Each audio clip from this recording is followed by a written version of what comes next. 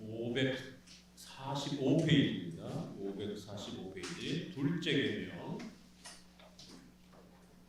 십계명의 두 번째를 소개합니다.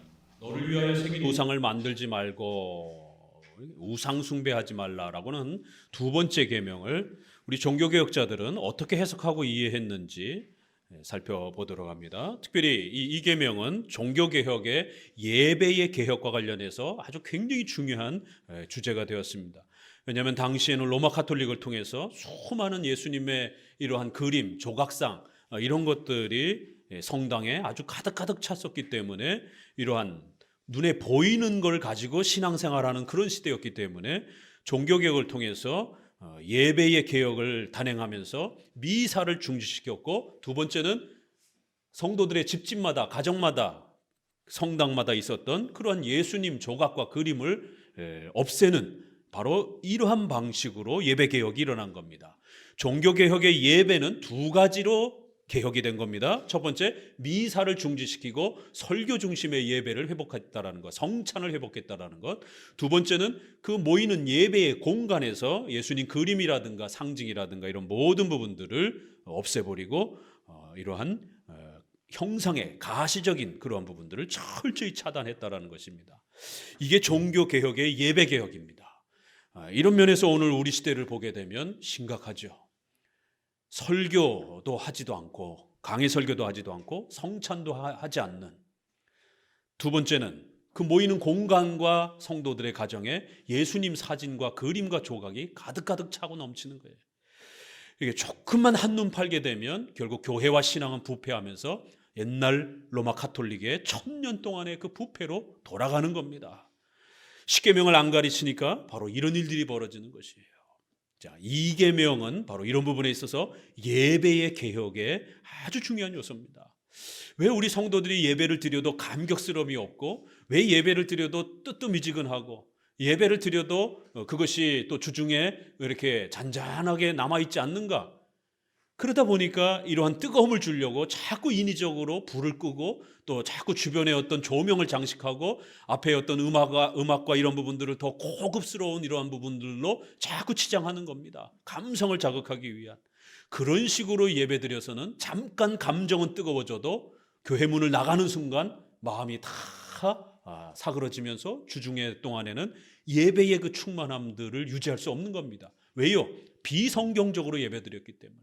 하나님이 원하시는 대로 예배드리지 않으면 절대로 하나님이 은혜 주시지 않습니다. 이게 원칙이에요.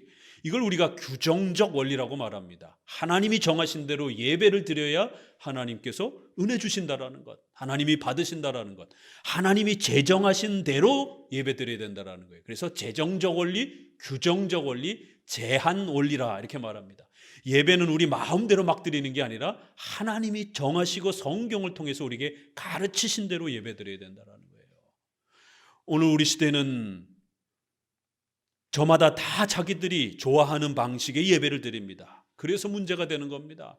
사람이 좋아하는 예배를 드려서는 안 되고 하나님이 성경에서 명령한 예배를 찾아서 예배 드리는 거예요. 이게 종교개혁의 예배개혁의 원리입니다.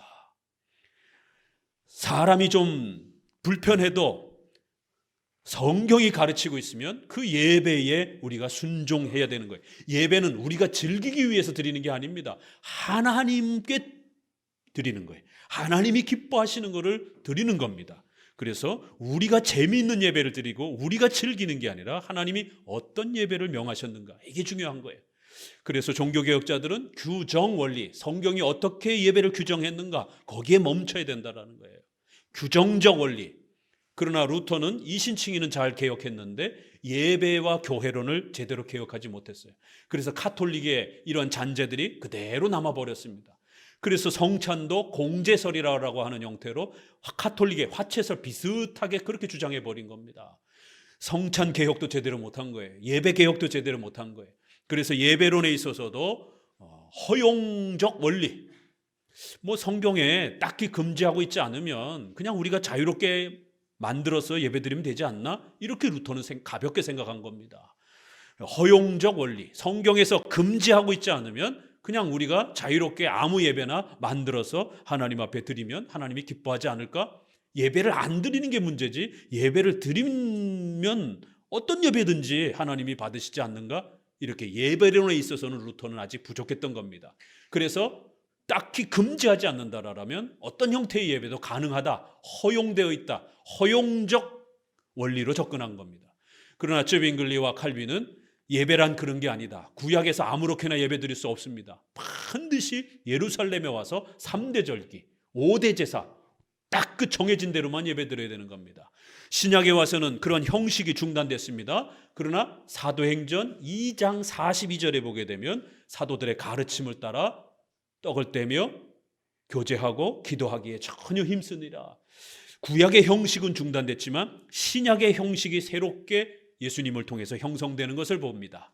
4가지 예배 요소가 나옵니다. 설교와 기도와 성례와 교제, 교제는 헌금을 말하는 것입니다.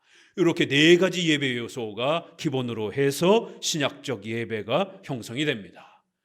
신약에도 아무렇게나 막 예배드리면 안 되는 것입니다. 신약에 예수님이 정해놓으신 그 규정대로 예배드려야 되는 거예요. 그래서 골로새서의 2장 23절에 보니까 자의적 예배, 너희가 마음대로 만들어낸 예배, 자의적 예배에 대해서 엄중히 책망합니다. 예배를 그렇게 막 함부로 만들고 싶은 대로 만들면 안 된다라는 것이에요.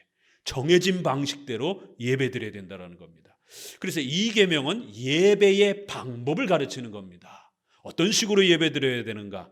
어떤 형태의 예배가 가장 성경적 예배인가? 예배를 드리되 조각이나 형상이나 그림을 만들어 가지고 그렇게 예배하지 말라라는 거예요. 형상, 조각, 형상, 우상 숭배하지 말라. 형상을 만들지 말라. 형상이라는 말은 이미지, 영어로는 이미지로 번역을 하는 거예요. 그래서 그림이나 조각을 수단으로 해서 시각적인 형태로, 감각적인 형태로, 감성적인 형태로 예배드리지 말라라는 게 이 계명입니다. 그런데 오늘날의 예배는 전부 시각적 예배, 만지는 예배, 감성적인 예배잖아요. 이래서 문제가 되는 겁니다. 그래서 장로교 예배를 보게 되면 어때요? 오순절파나 이런 쪽에서 보게 되면 장로교 예배는 굉장히 재미가 없죠. 따분하죠. 거룩만 강조하면서 조용하고 엄숙하고, 저들이 봤을 때 장로교 예배는 굉장히 무슨 장례식 같은 거예요. 그래서 감리교의 웨슬레가 전통적인 장로교의 예배를 싹 바꾼 겁니다. 이런 장로교 예배는 성령 충만함에 이런 부분이 부족하다. 그래서 좀 더 간편하고 심플한 역동적인 성령의 강력한 역사가 좀 더 표출될 수 있는 그런 형태로 예배를 바꿔보자. 그래서 감리교를 메소디스트라고 하는 겁니다. 메소드가 뭐예요? 방법, 수단, 도구 이런 거예요. 우리나라 감리교 번역은 감독하다, 정치적 이름이에요. 감리교회, 감독교회. 그러나 영어의 이름은 메소디스트 처치예요. 메소드, 방법주의자들이라는 거예요. 희한한 이름입니다, 이게. 뭘 방법주의자들이라고 이렇게 이름을 붙였는가? 감리교를 방법론자들이라는 거예요. 장로교의 방법의 고리타분하다고 생각해서 방법을 새롭게 현대적으로 싹 바꾼 자들이라는 거예요. 예배의 방법을 바꾼 자들이라는 거예요. 감리교를. 자, 케이커 교도들, 방언하고 막 떨고 이러는 사람들, 그들은 은혜와 성령 충만 받으면 다 같이 막 떠는 거예요. 달달달달달달. 그리고 땅바닥에 막 구르는 거예요. 그래서 케이커 교도라고 그러는 거예요. 떠는 자들. 이게 교파 이름을. 감리교는 뭐예요? 장로교 예배를 현대 예배로 바꾼 자들, 이런 개념입니다. 그러니까 결국 감리교회 웨슬레의 이러한 예배 방법의 변형은 심각한 예배 타락의 이러한 부분들로 나아가버린 겁니다. 우리 장로교 입장에서 보게 되면.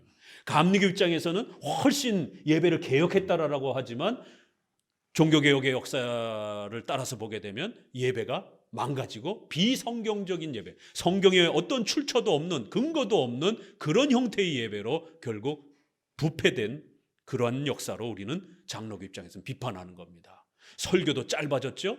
찬송가도 결국 시편 찬송 다 없애버리고 결국 요한 웨슬레 이러한 동생의 음악적 소질을 가지고는 결국 전부 다 기존의 찬송가, 교리 찬송가 빼버리고 구원론 중심의 회개하라, 이러한 예수님 믿어라, 이런 쪽의 찬송만 결국 구원론만 구축하고 그 가사도 아주 단순하게 줄여가지고 어떤 그런 성경 해석과 교리의 내용을 터득하지 못하도록 했고, 그저 예수 믿으면 구원받는다, 천국 간다, 회개합시다, 이런 간단한 형태로 바꿔버린 것입니다.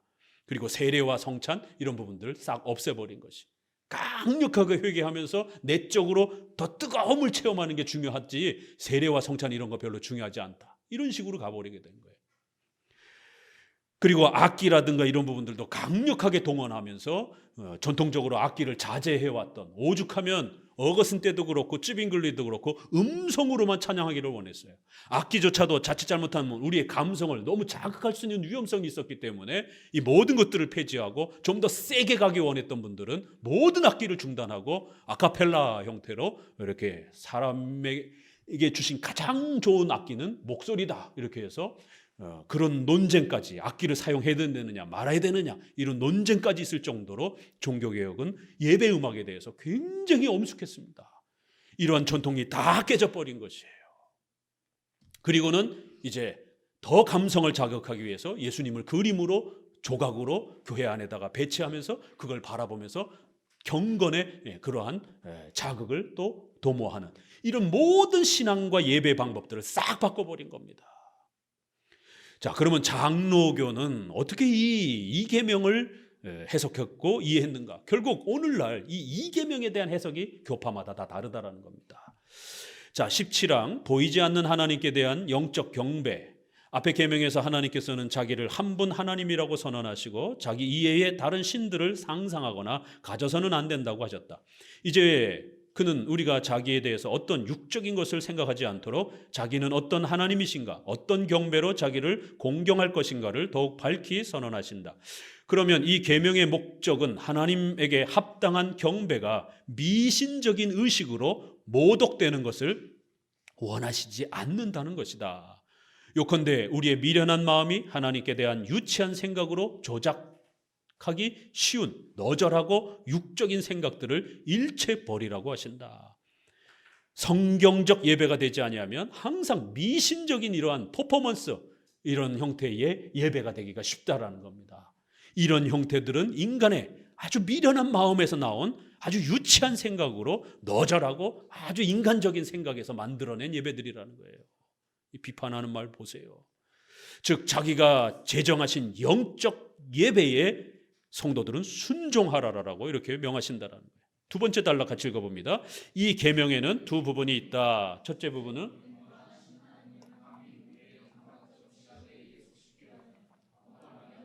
그를 어떤 형상으로 나타내려고 하는 우리의 무엄한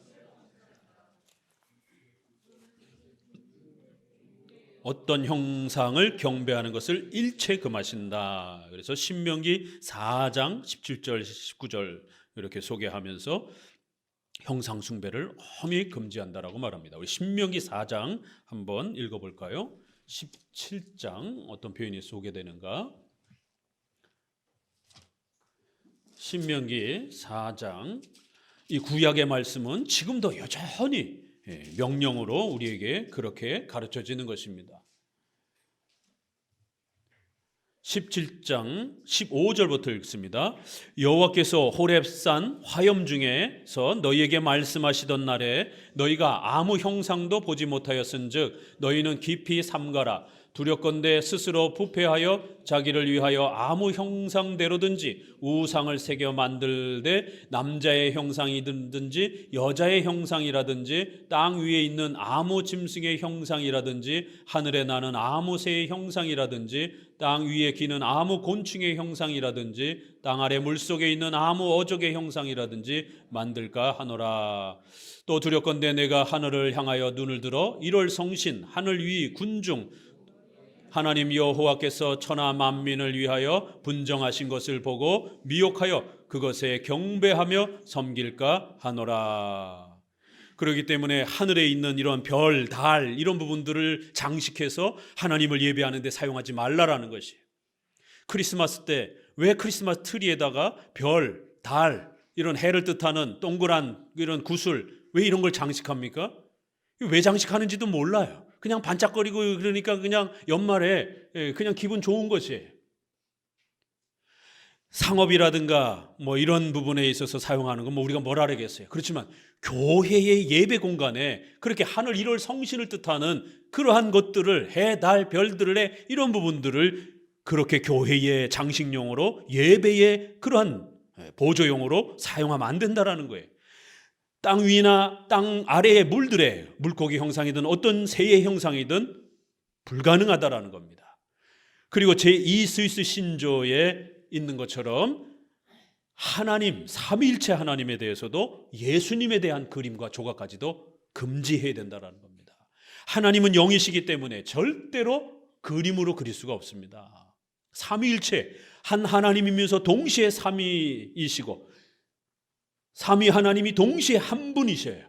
이걸 어떻게 그림으로 나타냅니까? 이거 도형으로도 나타낼 수가 없어요. 더 나아가서 예수님은 신성과 인성을 한 인격에 갖고 계셔요. 그럼 뭐 이렇게 반쪽 딱 나눠가지고 요만큼은 영으로 그리고 요만큼은 인성으로 그릴 겁니까? 그러면 그 신성과 인성을 가지신 분이 또 성부와 성자와 일체 한 하나님이에요. 삼일체 하나님이에요. 그럼 그건 어떻게 그릴 겁니까? 불가능한 겁니다. 그래서 절대로 예수님을 종이에다가 그리면 안 되는 겁니다. 그럼 그 종이에다가 그리기 시작하면 그 순간부터 사람들이 어떤 마음이 드느냐면 미신적 마음이 거기에 반영이 됩니다. 그 그림 쓰레기통에다 못 버립니다. 그 그림 엉덩이에 깔고 앉을 수 있겠어요? 옛날에 전도사로 있을 때 그런 수련회 같은 데 가면 그런 이제 그걸 깔고 잤다가 이제 막 혼나고 막 어떻게 예수님을 깔고 베개로 자냐 이제 이런 식의 참 웃지 못할 이제 이런 일들이. 그러면 그게 예수님입니까? 그 종이가? 그 순간부터 신적 이미지가 들어가는 거예요. 함부로 못 하는 거예요. 불교에서 돌을 깎아가지고 그렇게 부처상을 만들고 돌 앞에 빌고 절을 하고 예수님 조각을 돌로 만들어 놓고 그렇게 그 돌 앞에 경배의 마음을 품고 마리아 상을 만들어 놓고 이 로마 카톨릭이 바로 그런 겁니다. 그래서 이거를 어린아이들과 노인들처럼 글을 읽을 수 없는 사람들을 위한 평신도들의 책이다라고 그렇게까지 로마 카톨릭이 이름을 붙였습니다. 얼마나 핑계가 좋아요. 어린아이들, 글자 모르는 사람들, 노인들, 문맹자들이 옛날에는 훨씬 많았잖아요. 그러니까 그림으로 조각으로 신앙을 가르치자. 평신도들을 위한 책이다라는 거예요. 이거 역사 속에 다 있었던 겁니다. 그래서 성경을 그림책으로 만들고 예수님을 그림과 조각으로 만들어서 평신도들을 위한 교육으로 사용한 겁니다. 종교개혁은 그걸 개혁한 거예요. 그걸 중단시킨 겁니다. 성경을 만화로 그림으로 그리는 것은 로마 카톨릭, 루터파, 그 다음에 감리교나 일반 다른 교파에서만 합니다. 장로교는 절대로 성경을 만화책이나 그림으로 그리지 않습니다.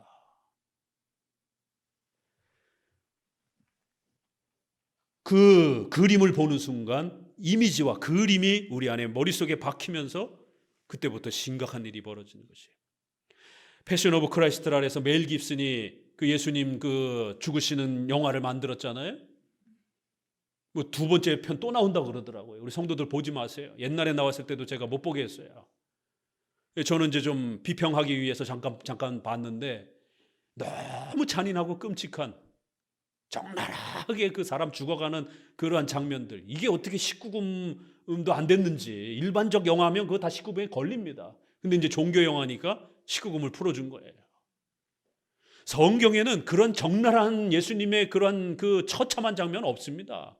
그냥 채찍에 맞으셨더라, 뺨 맞으셨고 가시관 쓰였고 딱고기까지 우리가 기대하는 것처럼 막 적나라하게 그렇게 안 다룹니다. 왜요? 그게 관심이 아니기 때문에. 근데 영화로 만들려고 하니까 성경이 없는 이야기들을 할 수밖에 없는 거예요. 그러면 채찍 맞아서 살점이 얼마큼 떨어져 나가야 됩니까? 그러니까 기독론, 이성, 일인격, 이신칭의 이런 걸 안 가르치고 예수님이 막 살점이 뜯어나가면서 막 죽어갔어요. 여러분, 예수님이 여러분을 위해서 그렇게 죽었어요. 이런 식의 감성적 설교를 하는 거예요. 그러면 살점이 로마 카톨릭의 로마 군병들의 옛날 로마 채찍은 쇠 끝에 납새가 달려가지고 뭐 살점을 팍팍 뜯어내고 그러면 얼마큼 뜯어냅니까? 그러면 다 뜯어냈으면 뼈까지 닿으면 예수님 십자가에 못 박히기도 전에 다 죽었죠. 그러니까 그렇게 감성적으로 자극하려고 하면 안 됩니다. 성경에 그렇게 살점이 뜯어나간 것만큼 이야기하지도 않아요. 성경은 그게 관심이 아닌 겁니다. 그러면 그 막 자극적으로 막 살점이 뜯겨나가고 막 이런 거 보면 일반 사람들도 그거 보고 울겠어요. 그러면서 성도들이 막 엉엉 웁니다. 그래 놓고 정작 복음서 설명을 목사님이 설교해 줄 때는 다 주무시고 계셔요. 성경을 설명할 땐 졸고 있고 그런 자극적인 영화를 볼 때는 막 펑펑 울고. 이게 뭡니까 이게? 이게 신앙이에요? 그리고는 이제 머릿속에 뭐가 떠올라요? 그 영화가 떠올라요. 복음서가 떠오르는 게 아니라. 이미지라는 시각적 효과가 그렇게 무섭습니다. TV에서 우리가 삼성이나 이런 광고를 딱 15초밖에 안 보는데도 그게 무의식 중에 박혀가지고 상품을 살 때는 다른 거 잘 못 사잖아요. 브랜드 있는 것만 손에 가잖아요. 이게 시각적인 그런 위험성입니다. 그래서 성경은 이런 시각적인 형태로 우리를 교육하지 않고 성경을 통해서, 하나님은 영이시기 때문에 절대로 그 영을 그림으로 못 그리게 한 거고, 또 하나님은 우리에게 그래서 말씀, 성경을 주신 거예요.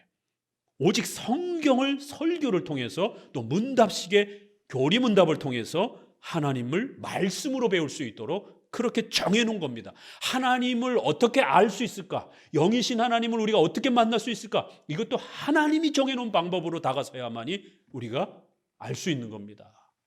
자, 신명기 6장으로 넘어갑니다. 이제 그 가르치는 방법까지 하나님은 우리에게 알려주신 겁니다. 어떻게 그럼 하나님을 만나야 되는가? 6장 1절 봅니다. 이는 곧 너희 하나님 여호와께서 너희에게 가르치라 명하신 바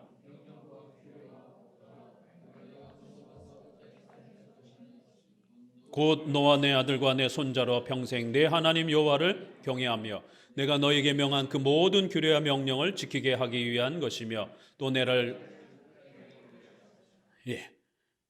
가르치라. 규례와 법도와 성경을 가르치는 것이지 보여줘라가 아니에요. 가르치라. 6장 3절 이스라엘아 듣고 삼가 그것을 행하라. 어떻게 해요? 들어라 라고 말하고 있는 거예요. 그렇죠? 봐라 라고 말하고 있지 않습니다. 성경을 우리가 자세히 보기 시작하니까 어때요? 보이기 시작하죠. 평상시에 우리가 읽지 못했던 그러한 표현들이 눈에 들어오는 거예요. 가르치라, 들어라. 4절 이스라엘아 들으라. 7절 같이 읽어봅니다. 내 자녀에게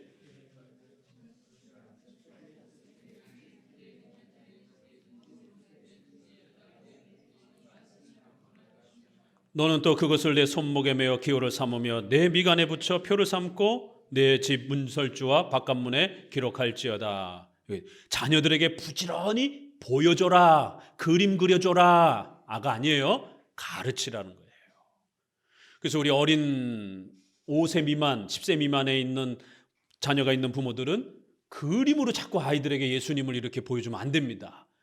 어려워도 성경을 문답식으로 가르치면 되는 것이 6장 20절 봅니다. 자, 이제 가르치는 방법까지 예수님이 정해놨습니다. 6장 20절 후일에 내 아들이 내게 묻기를 우리 하나님 여호와의 명하신 증거와 말씀과 규례와 법도가 무슨 뜻이뇨 하거든 너는 내 아들에게 이르기를. 어떻게 가르치라고요? 아들이 물어요. 그러면 아버지가 어떻게 해요? 답변해 주는 방식으로. 이게 바로 문답인 겁니다. 그리고는 창세기부터 계시록까지 다 가르칠 수는 없잖아요. 어린아이들이 연약하니까. 그래서 출애굽의 그 사건, 그 핵심적인 성경의 핵심 교리를 가르치라는 거예요. 우리 어디로 가시냐면 저 신약으로 넘어가서 누가복음을 보도록 합니다. 자, 누가복음에도 성경을 가르치는 원칙을 어떤 방법을 써야 되는지를 우리에게 소개하고 있습니다. 성경을 가르칠 때도 우리 마음대로 우리가 만들어낸 방법으로 가르치는 게 아닙니다. 자, 누가복음 1장 3절을 같이 읽어봅니다. 그 모든 일을 근원부터 자세히 미루어 살핀 나도 데오빌로 각하에게 차례대로 써보내는 것이 좋은 줄 알았노니 이는 각하로 그 배운 바의 확실함을 알게 하려 함이로라. 데오빌로에게 예수님을 소개하려고 하는데 마구잡이로 쓴 게 아니에요. 그렇죠? 어떻게 썼다고요?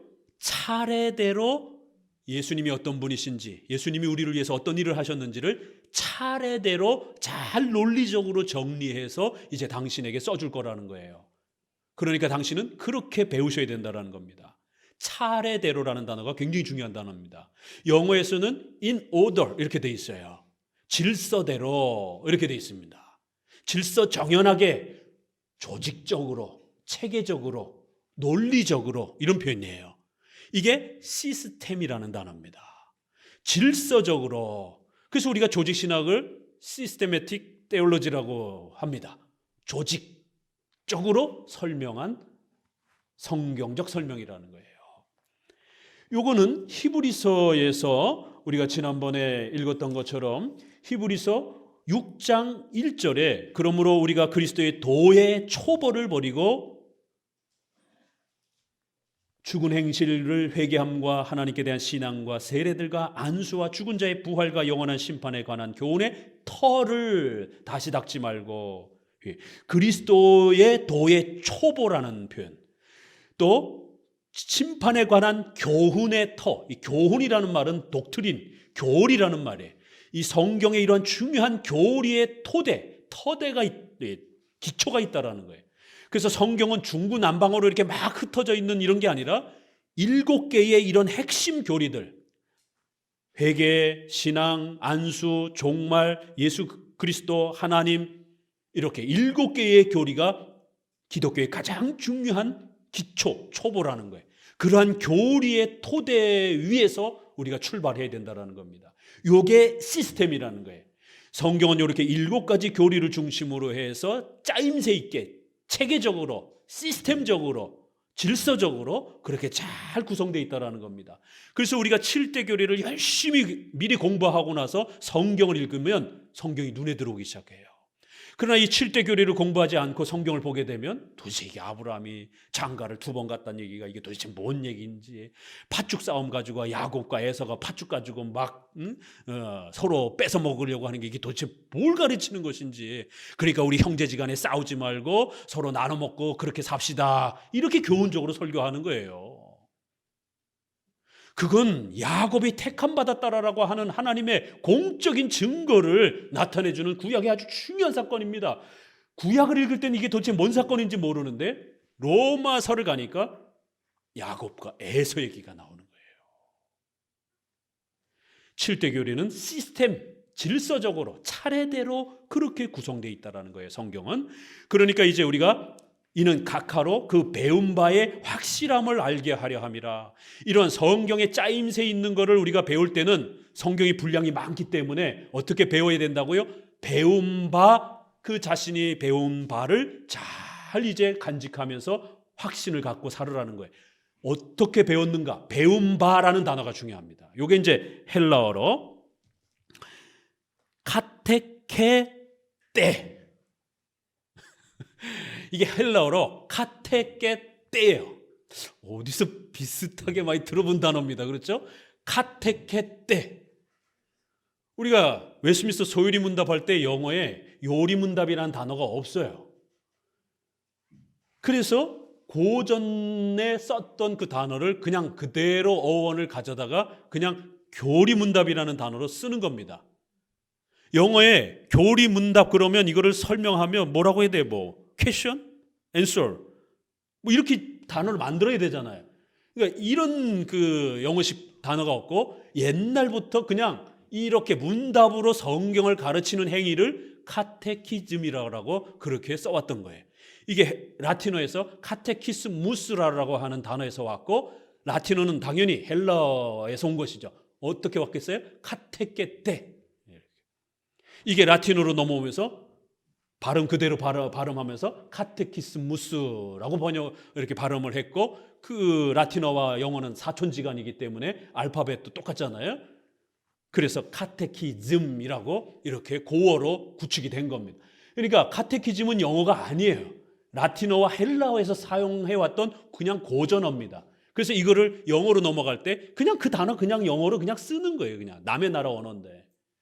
그래서 카테키즘은 우리가 교리문답을 대표하는 용어입니다. 헬라어가 카테케테. 그러니까 데오빌러여, 내가 당신에게 어떻게 가르쳤습니까? 문답식으로 이 시스템적인 7개의 교리를 잘 이해할 수 있도록 신론을, 섭리교리가 어렵잖아요. 그러니까 문답식으로 섭리가 뭡니까? 하나님이 섭리를 어떻게 여러분에게 작동합니까? 우리가 고난 속에 섭리의 몇 가지가 이렇게 고난에 발생할 수 있습니다. 그러면 4가지입니다. 그럼 4가지를 대답해 보십시오. 이렇게 문답으로 너가 배운 바 그 확실함을 잘 간직하라는 거예요. 어떻게 배웠느냐? 카테케테로 배웠다라는 거예요. 여기서 카테키즘이라는 단어를 우리 선조들이 그 어원을 끌어온 겁니다. 이렇게 교리문답은 우리 인간이 만들어낸 게 아니라 이렇게 하나님께서 성경을 우리에게 가르치도록, 배울 수 있도록 그 방식까지 마련해 준 거예요. 그래서 구약의 출애굽기, 신명기에서 묻고 대답하고, 누가복음에서는 카테케테 방식으로 너가 배웠다 이렇게 표현하는 겁니다. 그래서 교리문답으로 짧게 요약해서 문답식으로 귀에다 대고 가르쳐야지, 그림으로 만화책으로 성경을 그려가지고 아무리 가르쳐도 성경 이해 못합니다. 잠깐은 재밌어 보여도 논리적으로 머릿속에 하나님에 대한 그 중요한 인식이 세워지지 않는다라는 거예요. 그러니까 이런 면에서 오늘날 감성적을 자꾸 자극해가지고 성도들을 감성으로 뜨겁게 만들고 흥분하게 만드는 이런 형태의 신앙의 방법론들은 굉장히 위험한 겁니다. 머릿속에 안 남는 거예요. 성경이 안 남으니까. 성경이 안 남으면 절대로 하나님이 역사하지 않습니다. 성령이 역사하지 않습니다. 수요일날 기독교 강요 그거 보내드렸죠? 말씀과 성령은 불가분리의 관계라고. 영이신 하나님께서 우리 인간을 어떻게 가르쳤다고요? 오직 성경을 통해서만이 하나님이 어떤 분인지를 우리가 만날 수 있도록 초대한 거예요. 성경을 깨닫고 배우지 못하면 절대로 하나님 못 만납니다. 이게 기독교의 원칙론이에요. 그러니까 감성을 자꾸 자극하려고 하면 안 되는 거예요. 그런데 오늘날 또 다른 문제는 개혁주의 하는 이러한 또 분들 중에, 청교도 하는 분들이, 회중파 계열 분들이 만화로 성경을 가르치는 이거를 아이디어를 얻어가지고 만화 기독교 강요, 만화 조직신학, 만화 소유리 문답, 부흥과 개혁사에서 이게 시리즈로 쏟아져 나오고 있습니다. 로마 카톨릭 옷을 가지고 개혁주의를 가르치는 거예요. 이게 얼마나 웃긴 일입니까? 아니, 로마 카톨릭 옷을 입고 어떻게 개혁주의를 가르칩니까? 그래서 제가 몇 번 비판하기도 했습니다. 논평을 써가지고. 그 이유는 뭐예요? 아이들이 쉽다라는 거예요. 평신도들이 쉽게 읽을 수 있다라는 거예요. 그거 다 로마 카톨릭이 핑계했던 겁니다. 왜요? 성경을 가지고 교리문답으로 가르치면 성령이 역사 안 할 것 같아요? 애들이 이해 못할 것 같아요? 천만의 말씀입니다. 하나님이 정해주신 방법대로 가르쳐야 아이도 그 심령이 하나님 앞에서 성령이 역사하시는 거기 때문에 성경적으로 가르쳐야 그 아이의 마음을 성령께서 움직여 주시는 거예요. 우리가 생각하기에 그냥 쉽게 가르친다고 해서 사람이 그걸 쉽게 이해할 수 있는 문제가 아닙니다. 이건 종교의 문제이기 때문에. 인문학은 얼마든지 그림으로 가르쳐도 돼요. 뭐 국어나 수학이라든가 이런 거 얼마든지 그림으로 가르쳐도 돼요. 그러나 이 종교의 영역인 이 신앙의 문제는 절대로 우리 인간의 머리로 그렇게 어리석게 그림으로 가르치면 안 된다라는 거예요. 고린도서에서 뭐라 그래요? 전도에 미련한 것으로 하나님이 우리를 가르쳤다라는 거예요. 거기서 말하는 전도는 전도지 돌리는 게 아니고 하나님의 말씀, 설교로.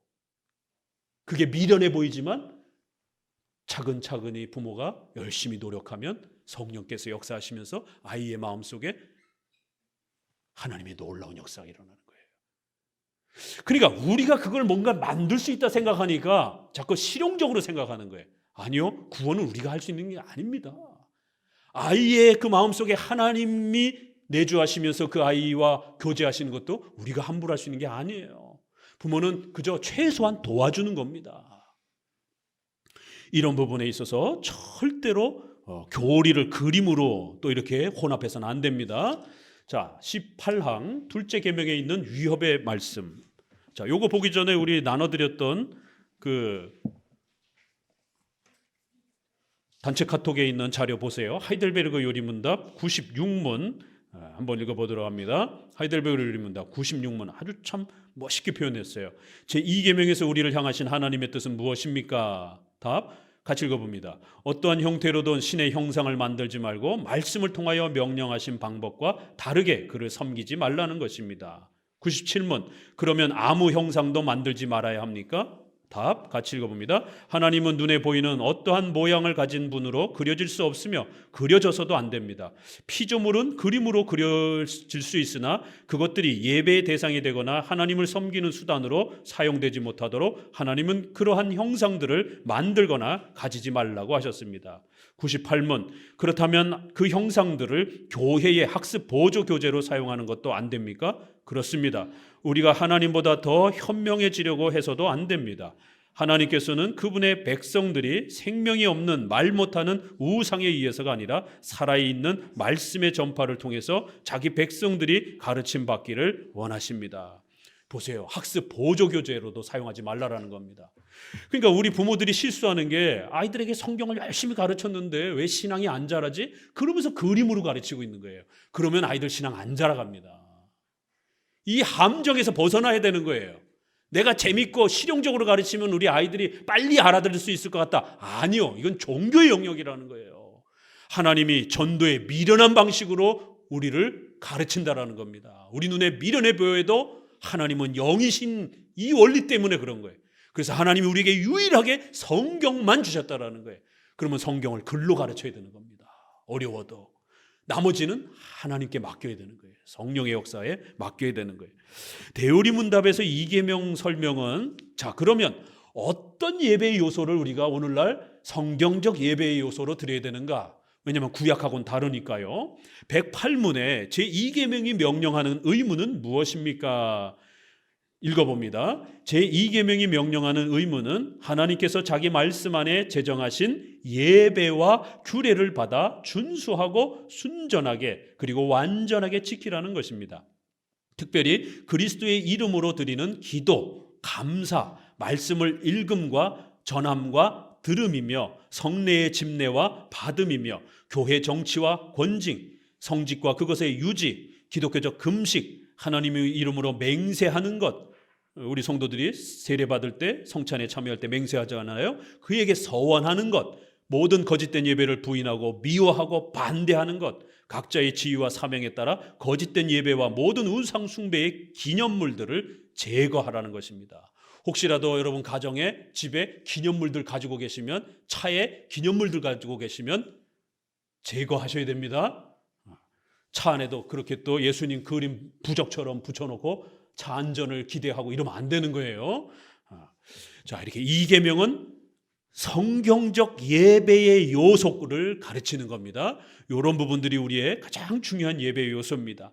그래서 강해 설교, 시편 찬송, 세례, 성찬, 교리문답, 장로 정치 이런 부분들이 이제 우리에게 중요한 오늘날 예배적 요소라는 겁니다. 둘째 계명에 있는 위협의 말씀 18항, 첨부된 경고는 우리의 태만을 버리게 하는데 적지 않은 도움이 될 것이다. 하나님은 질투하여 아비로부터 아들에게로 3, 4대에 이르기까지 하나님이 징벌하고 책망할 거라는 거예요. 비록 힘들고 장로교 예배가 장례식과 같이 이렇게 고리타분해 보여도 이 장로교 예배를 성경적 예배로 알고 잘 지켜가는 성도들에게는 어떤 복을 주겠다고요? 1000대까지 복을 주겠다라는 거예요. 그래서 성경적 예배를 잘 지켜가는 게 이렇게 중요하다라는 것을 뒤에 경고를 추가하셔가지고 성도들이 함부로 행동하지 못하도록 그렇게 아주 쐐기를 박아 놓으셨다라는 겁니다. 자, 19항, 죄를 갚되 아비로부터 아들에게로 이르게 하거니와 라고 하면 이거 하나님이 너무하신 거 아닌가? 왜 부모의 죄를 이렇게 아비의 죄를 자녀들에게까지 이렇게 또 징계하고 책망하는 건 문제가 있지 않는가? 왜냐하면 에스겔에 보게 되면 각자 자기가 자신의 죄에 대해서 책임을 진다 이제 이런 표현이 있는데 이거 조금 우리가 어떻게 해석해야 되는가? 이제 요거는 하나님께서 각자의 회개의 책임을 물으시면서도 또 이렇게 얼마든지 부모의 죄가 그 집안 전체에 영향을 끼칠 수 있다라고 하는, 부모가 악을 행하면 그 악한 모습을 보고 자란 아이들이 결국 악한 행동을 할 수밖에 없는 이러한 또 죄의 파급력에 대한 부분들도 얼마든지 하나님은 경고할 수 있다라는 것이에요. 이거를 잘못 이해해가지고 그러면 부모 죄를 자녀들이 억울하게 짊어지는 거 아닌가, 이런 것으로 해석하면 안 된다라는 겁니다. 요거는 이제 조금 불혹적 설명이에요. 그래서 하나님은 죄가 얼마나 파급력 있게 가정 전체를 지배할 수 있는지에 대해서 경고하는 차원으로 말씀하신 것이지 개개인의 어떤 회개의 책임을 이렇게 등한시한 그런 표현은 아니라는 거예요. 20항 조상의 죄에 대한 벌이 후손에게 미치는 것은 하나님의 정의에 모순되지 않는가, 이런 부분에 대해서 하나님은 둘 다 회개의 책임을 각각 개인에게 묻는 것도 얼마든지 그렇게 하나님은 책망하실 수 있고, 또 죄의 심각성을 가르치기 위해서 부모가 악한 행동을 하게 되면 자녀들과 집안 전체에 그런 죄를 범할 수 있는 위험성이 있다라고 하는 죄의 그런 파급력에 대한 부분들도 이렇게 또 얼마든지 경고하실 수 있다라는 것이에요. 이제 중간쯤만 좀 읽어보시게 되면 한 8째 줄 20항 추문이 자자한 자들과 사악한 자들이 자기의 죄악 때문에 벌을 받아 그들의 가문이 여러 대에 걸쳐 하나님의 은총을 빼앗기는 것인즉 이와 같이 공정한 천벌에 대해서 누가 하나님을 비난할 수 있겠는가. 그런데 동시에 하나님께서는 아비의 죄에 대한 벌이 아들에게 넘어가지 않으리라고 또 에스겔에서는 선언한다라는 거예요. 이렇게 성경 해석은 이렇게 항상 조화를 이루어야 된다라는 거예요. 왜냐하면 에스겔에서는 각자 자기가 죄의 책임을 진다, 아비의 죄가 아들에게 넘어가지 않는다, 이렇게 또 말을 하는데, 또 이계명에서는 아비의 죄가 3대, 4대까지 영향을 끼친다, 이렇게 말하다 보니까 이 두 구절을 어떻게 조화를 시켜야 되는지 우리는 조심해야 된다는 거예요. 이렇게 성경 해석이 이렇게 어려운 겁니다. 같은 주제를 가지고 전혀 반대로 얘기를 하잖아요. 그래서 교리 훈련이, 그걸 통합한 교리 훈련이 그래서 필요하다는 겁니다. 21항 천대까지 은혜를 베풀이라는, 이제 이것은 또 하나님의 큰 은총을 우리가 이렇게 또 배울 수 있는 표현이라는 겁니다. 한 5째 줄 부분에서요, 아래 이런 훈육은 물론 중요한 일이지만 하나님의 은총이 경건자의 가문들을 영원히 떠나지 아니리라고 하신 언약에서 이 축복이 약속되었기 때문이다. 여기 신자들에 대한 특별한 위로가 있는 것이다. 그렇기 때문에 또 하나님이 이렇게 얼마나 풍성한 은혜를 약속하는지를 보면서 우리가 이 계명을 더욱 잘 지켜가야 할 것에 대해서 다짐하셔야 된다는 것입니다. 자, 3계명, 셋째 계명까지 좀 봅시다. 세 번째 계명은 너는 너희 하나님 여호와의 이름을 망령되이 일컫지 말라라고 하는 것인데, 10계명에서 제일 어려운 부분이 이 3계명입니다. 여호와의 이름을 망령되이 일컫지 말라라는 말이 도대체 뭘까? 이게 무슨 표현인가? 이것은 예배의 자세와 태도를 말하는 겁니다. 그래서 2계명과 3계명은 맞물려 있어요. 2계명은 예배의 요소, 예배의 방법을 가르치는 거고, 3계명은 그것을 사용하는 마음의 자세와 태도를 말하는 거예요. 그래서 2계명에서 가르쳐준 강해 설교, 기도, 찬송, 세례, 성찬, 이런 모든 부분들을 우리가 함부로 사용하지 말고, 막 사용하지 말고, 소홀히 여기지 말고 경외하는 마음으로, 경건한 마음으로, 두렵고 떨리는 마음으로 이러한 소중한 은혜의 수단들을 잘 사용하라는 거예요. 왜냐하면 이것은 종교적 수단이기 때문에 그렇다라는 거예요. 신앙의 수단이기 때문에 그렇다라는 겁니다. 예수님이 피 흘려 남겨주신 소중한 종교적 수단이기 때문에 그렇다라는 거예요. 이러한 수단들을 통해서 우리가 하나님을 배우고, 또 우리가 하나님을 예배하는 공적 예배를 드리고, 또 우리의 삶 속에서 하나님과 동행하는 그러한 성장들을 또 도와주는 은혜의 수단들이기 때문에 소중하게 사용하라는 겁니다. 그래서 예배의 자세와 신앙생활의 자세와 태도를 명령하는 계명입니다. 22항 이 계명의 해석 같이 읽어봅니다. 이 계명의 뜻은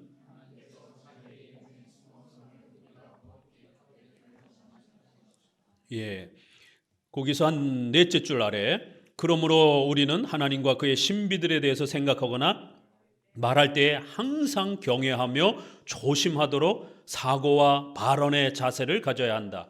하나님의 행적을 논평할 때에도 그에게 영예가 되는 일만 생각해야 한다.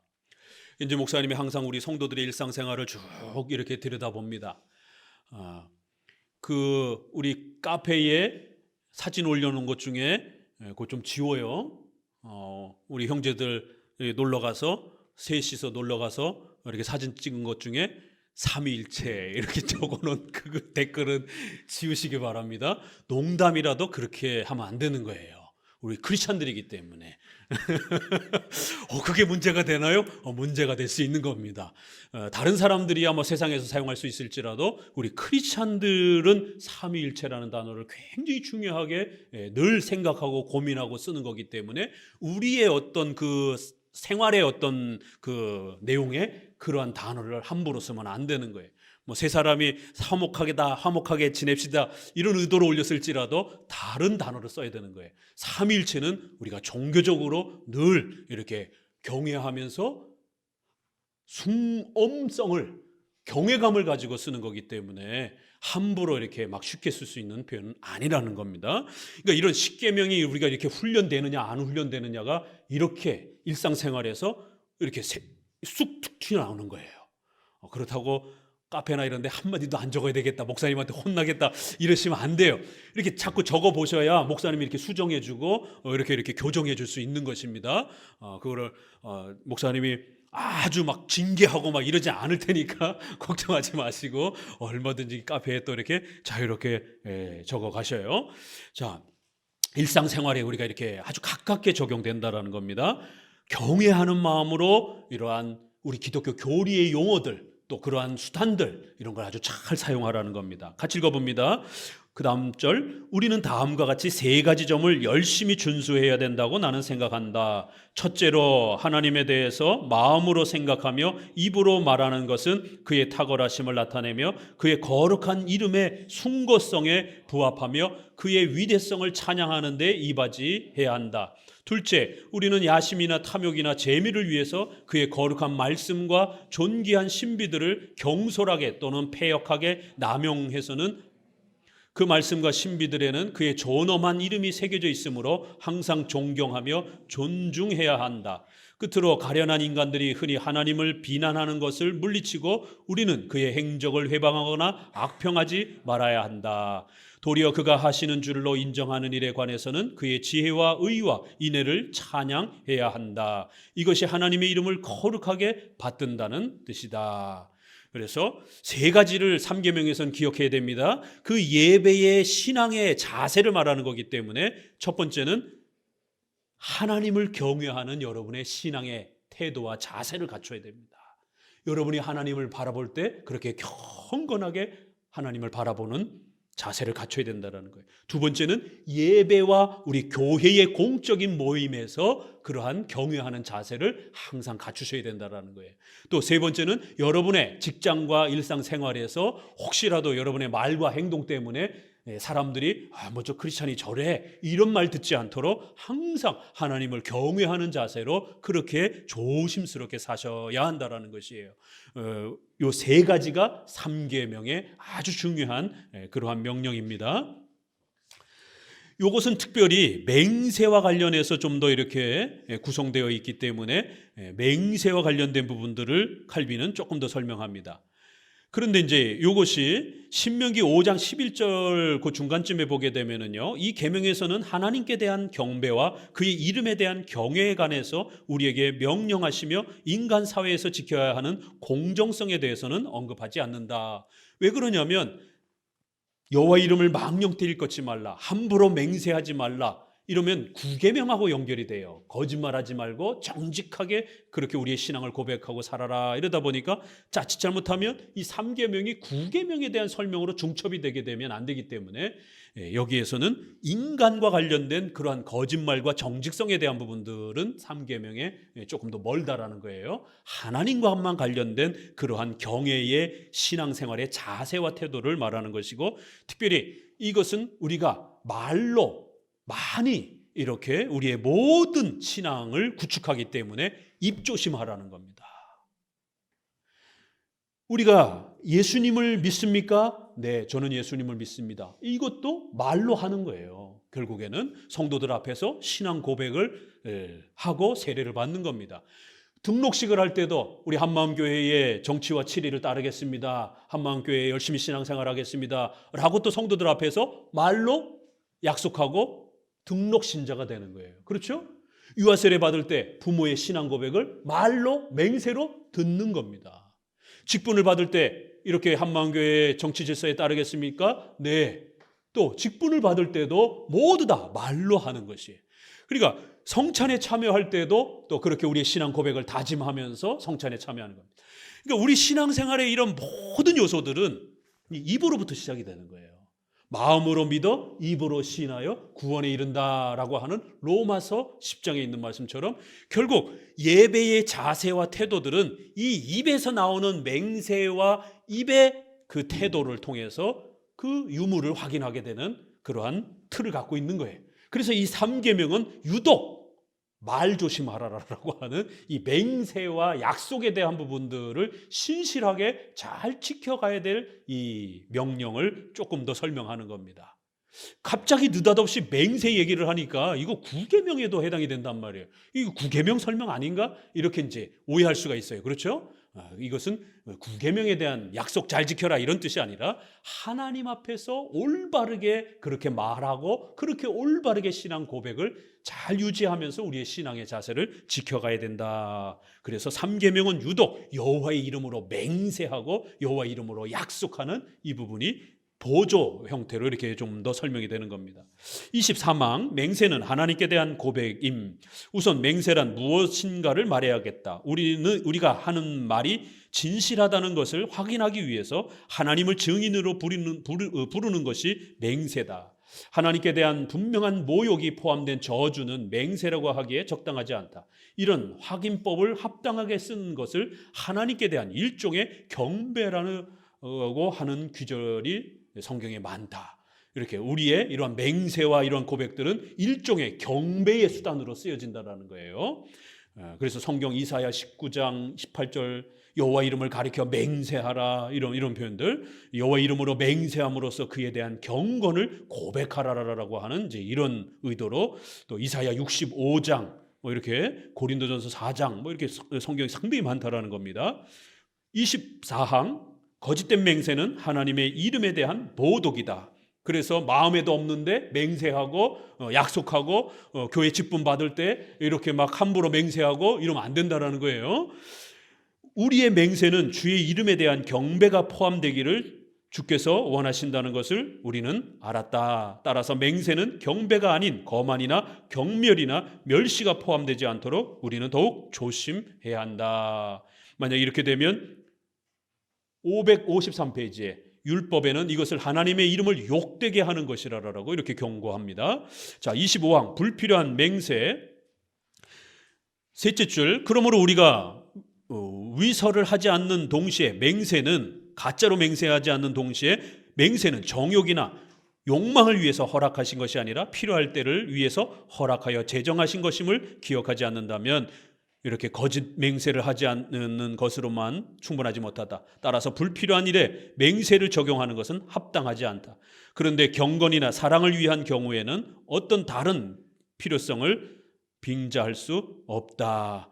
그래서 경건이나 또 이렇게 사랑을 위해서는 얼마든지 또 우리가 성경에서 맹세가 허용되어 있다라는 것이에요. 그래서 맹세를 함부로 가볍게 생각하고 또 이렇게 쓸데없이 막 함부로 맹세하고 이런 부분도 항상 조심해야 된다는 겁니다. 26항까지 좀 보도록 합니다. 좀 가볍게 읽어도 괜찮아요. 보조 설명이니까. 산상수훈은 이런 맹세를 금지하지 않는가? 제세례파는 맹세에 대한 이런 신중한 태도에 만족하지 않고 모든 맹세를 예외 없이 배척한다. 왜냐하면 마태복음 5장 34절에 도무지 맹세하지 말라 이제 이런 표현들이 있기 때문에 이거를 너무 문자적으로 지나치게 또 이렇게 적용을 해서 무리를 일으켰다라는 거예요.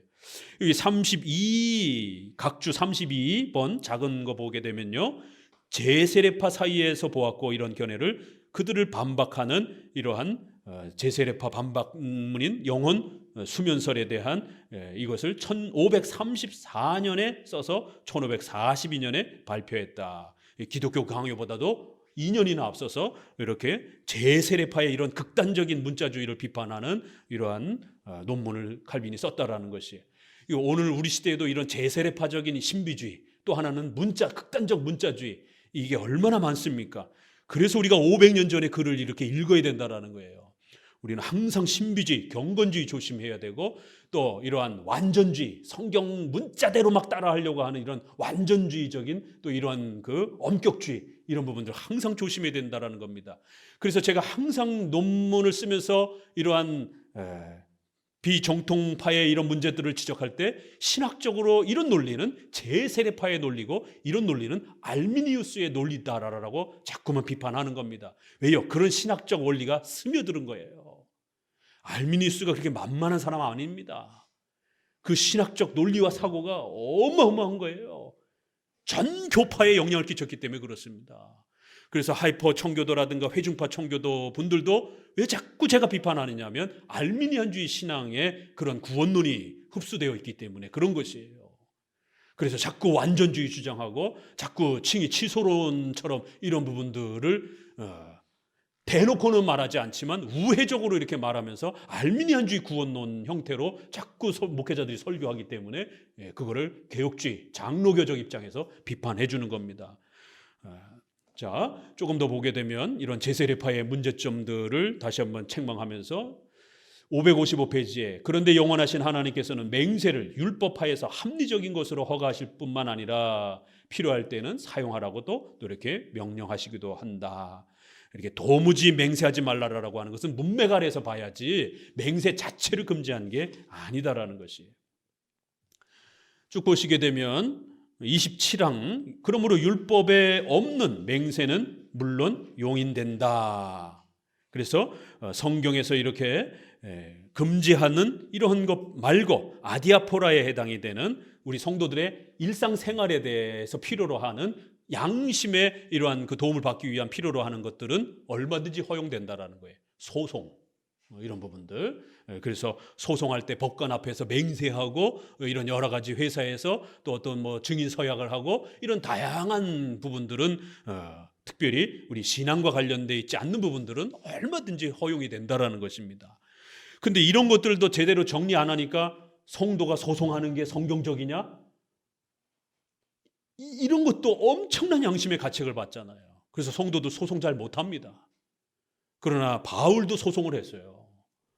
로마 시민권을 가지고 재판도 하고. 그러니까 이런 부분에 우리가 500년 전 글에 벌써 이걸 다 설명해 준 겁니다. 성도들 얼마든지 소송해도 괜찮다라고. 남의 재산을 빼앗는 방식으로 강제로 빼앗기 위해서 소송하는 건 그거는 비성경적이지만 내 재산과 내 생명과 내 교회를 지키기 위해서 국가의 법률을 이용하는 건 얼마든지 가능하다라고 양심의 가책을 느끼지 말고 반드시 소송해서 찾으라라고 그러한 맹세와 서원의 개념을 이렇게 다 정리해 준 겁니다. 주께서는 위의 귀절에서 율법이 금지한 맹세만을 비난하셨다는 것은 건전한 판단력이 있는 사람들에게는 의심할 여지가 없다. 자기가 가르친 완전성의 신뢰를 친히 보여주신 그리스도께서는 필요한 경우에 맹세하는 것을 주저하시지 않았다. 558페이지로 넘어가 봅니다. 마지막 달러만 좀 읽어보면요. 558페이지에 이와 같이 우리의 맹세를 규정하는 가장 좋은 원칙은 경솔하며 무분별하며 함부로 하는 또는 너절한 맹세가 되지 말고 정당한 필요가 있어서 하는 맹세가 되라는 것이다. 즉 주의 영광을 변호하거나 형제의 덕을 세우라는 것이라야 한다. 그래서 칼빈은 조금 이 맹세 쪽에 좀 많이 설명을 하다 보니까 실제적으로 후대의 이 3계명을 조금 더 이렇게 적극적으로 설명한 부분들이 이렇게 좀 명확하게 안 드러나고 있어요. 그게 조금 아쉬움이에요. 그래서 우리가 하이델하고 대요리문답을 통해서 3계명 설명을 조금 보강해서 보게 되면은요, 하이델베르그 요리문답의 3계명을 이렇게 소개합니다.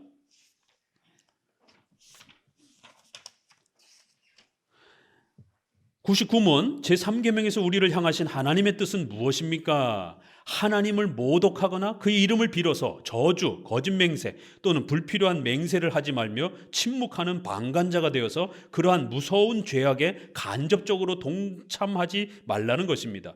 요컨대 그 계명은 존경심을 가지고 하나님의 거룩한 이름을 사용하여서 우리의 모든 말과 행위로 그에게 신앙을 고백하고 기도하며 찬양하여야 한다는 것입니다.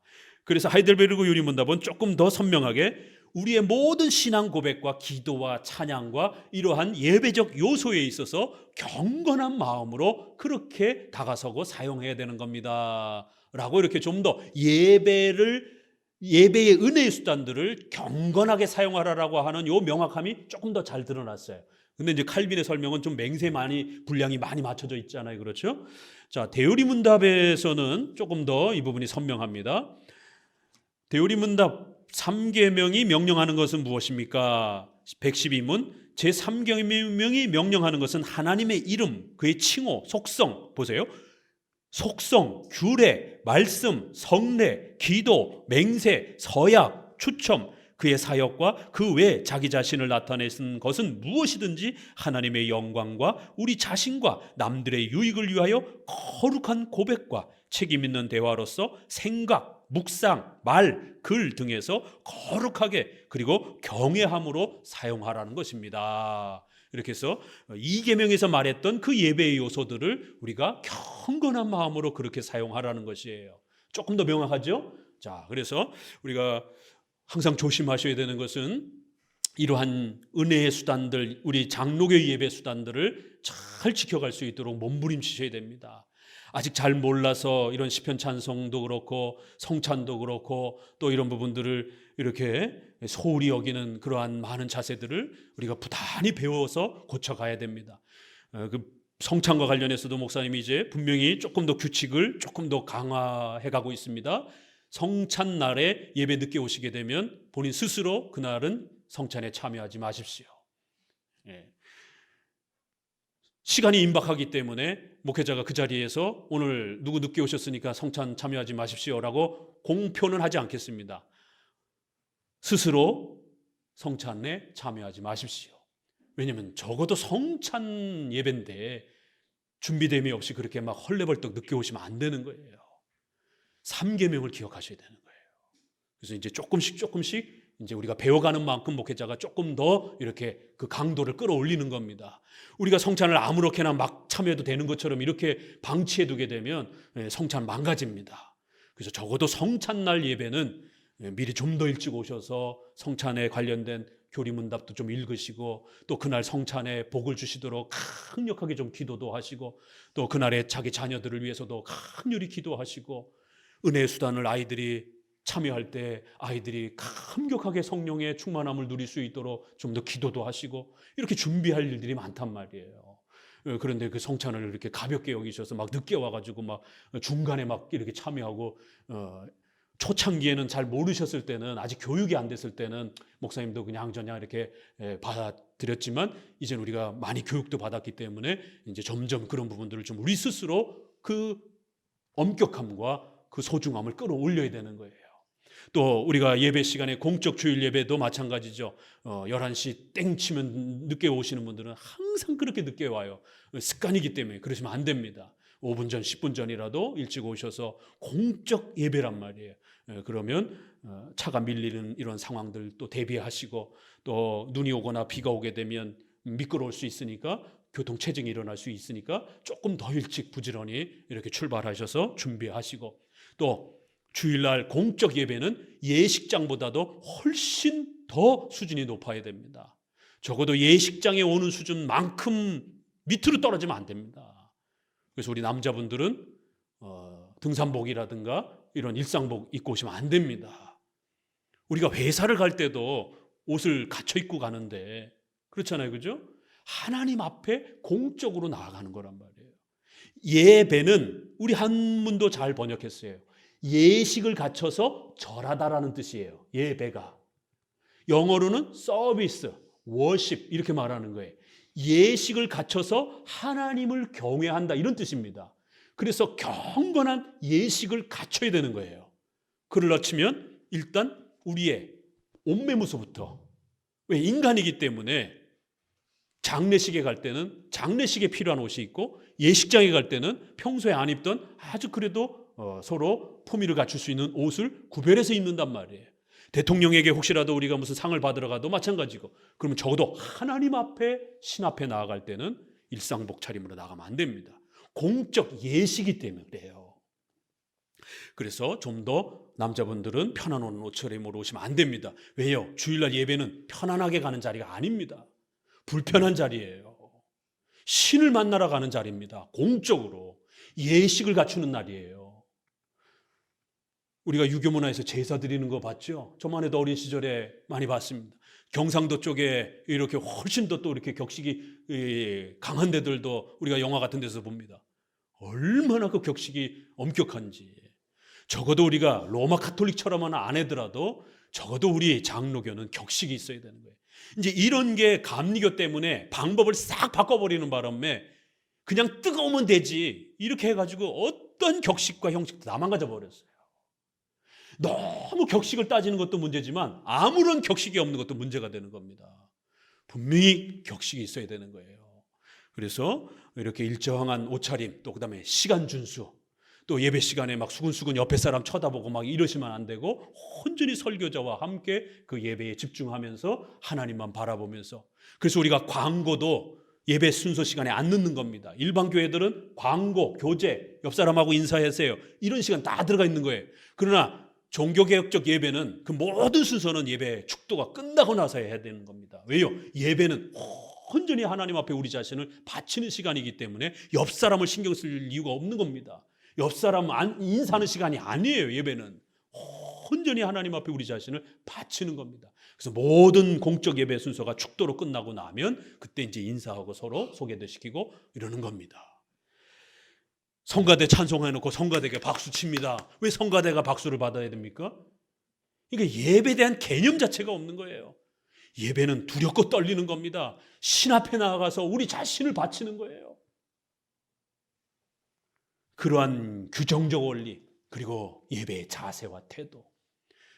그래서 이런 부분들 우리가 2계명, 3계명 다시 한번, 왜 장로교는 이렇게 엄숙함, 그리고 로마 카톨릭처럼 구약처럼 복잡하게 하지 아니하고 신약처럼 단순함. 그래서 우리 장로교 예배의 특징은 엄숙함, 또 그 다음에 단순함. 이게 두 가지가 특징입니다. 꼭 기억하세요. 단순함, 엄숙함. 단순하지만 아주 경외감이 넘치는 엄숙한 예배라는 거예요. 숨소리만 들리는 거예요. 이러한 것들을 갑갑하다라고 오순절파 사람들은 싫어하겠지만 우리 장로교는 신을 예배하고 신을 섬기는 자리이기 때문에 숨소리도 조심하는 겁니다.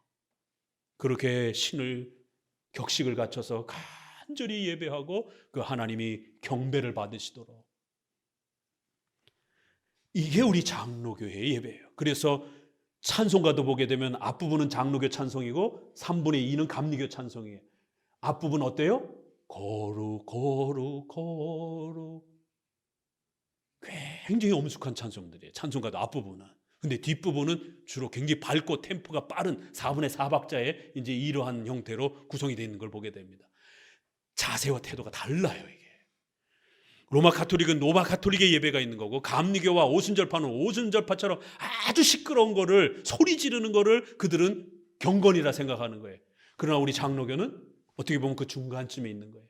기본 격식을 갖추고 그 다음에 엄숙하게 하나님을 경외하고 사랑하고 예배하는 자세를 갖추는 겁니다. 이게 장로교의 모습인 거지. 이런 게 이제 좋으신 분들은 장로교 예배를 드리는 거예요. 오늘 2계명, 3계명 소개해드렸습니다. 감사합니다.